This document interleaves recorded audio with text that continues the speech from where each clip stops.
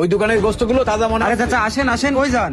কাকা গোস্ত কত করে কাকা? কাকা আমি গোস্ত বিক্রি করবো না, আপনি ওই দোকানে দেখেন। গোস্ত বেচবা না কেন? গোস্ত রয়েছে। না না, আমার গোশে একটু সমস্যা আছে, দেয়া যাবে না, আপনি ওই দোকানে দেখেন। আরে পাগল হয়ে গেছে নাকি? ওর দোকানের কাস্টমার আমার দোকানে পাঠিয়ে দিচ্ছে। নিজের গোস্ত গুলো নিজেই খারাপ বলে, এ আবার কিরাম দোকানদার। থাক বাবু, তোমার কাছে কোনো গোস্ত টোস্ত নেবো না। আমার কাছে ভালো গোস্ত আছে, আপনি এদিকে আসেন। গোস্ত কত করে? গোশ 700 টাকা কেজি। আচ্ছা 2 কেজি দাও। আচ্ছা দাঁড়ান দিচ্ছি, এই নেন 2 কেজি। হ্যাঁ বাবু, টাকাটা ধরো। আচ্ছা দেন।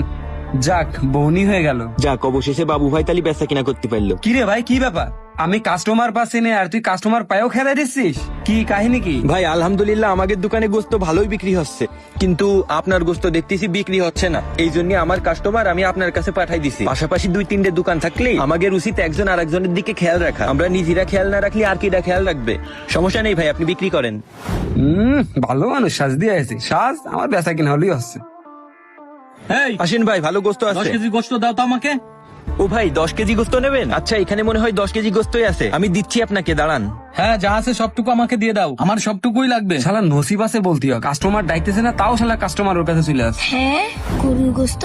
কতদিন আমি গরুর গোস্ত খাইনি, সেই কুরবানির ঈদি গোস্ত পাইলাম, তাও আমার নসিবই হয়নি। হ্যাঁ, আরে এই কি রে, গোস্তর দিকে তাকা রেছিস কেন? গোস্ত নিবি? আঙ্কেল, আমার আব্বু বেঁচে নেই, আমি কুরবানির ঈদে 2 টুকরো গোস্ত পাইছিলাম, তাও আমি খাতে পারিনি। আপনি আমার এই জায়গাতে ফেলাই দিয়া গোস্ত গুলো দেবেন, আমার মেলা গোশ খাতে মন চাচ্ছে।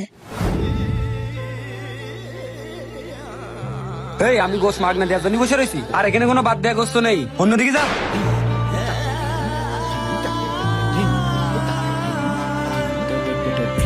আঙ্কেল একটু দেন না, আমার খুব খাতি মন চাচ্ছে। এই চুপ, শালা কি ঝামেলা? এই তুই এখান থেকে গেলি না? এক দিব না, বেরো কান বেরো। শালা ফিরিতি মাগনা সাথী আছে। আজ আমার আব্বা বেঁচে নেই বলে মানুষের কাছে আমার কথা শুনতি। আমার আব্বা বাইচে থাকলে সেই আমারে গোস্ত কিনে খাওয়াইতো, মানুষের কাছে আমার হাত পাতা লাগতো না। ভাই গোস্ত সবটুকুই প্যাকেটে ভরে দিছি। প্যাকেটে সব দিয়ে দিস, তো কটটুকু আছে মাপ্পা না? হ্যাঁ ভাই মাপতিছি, দাঁড়ান। ভাই আপনি তো 10 কেজি চাইলেন, কিন্তু এখানে পুরোপুরি 12 কেজি গোস্ত আছে। আচ্ছা 12 কেজি হলে 12 কেজি দাও। আমি 2 টুকরো গোস্ত খাতে পারতেছি না, আর সে 12 কেজি গোস্ত নিচ্ছে। কি ব্যাপার, এখানে দাঁড়িয়ে রইছো কেন? আঙ্কেল, আমি একটু গোস্ত নিতে চাইলাম। তুমি এতটুকু বাচ্চা গোস্ত নিতে আইছো? তোমার আব্বু আসতে পারেনি? আব্বু আসবে কিভাবে? আমার আব্বু তো বেঁচে নেই।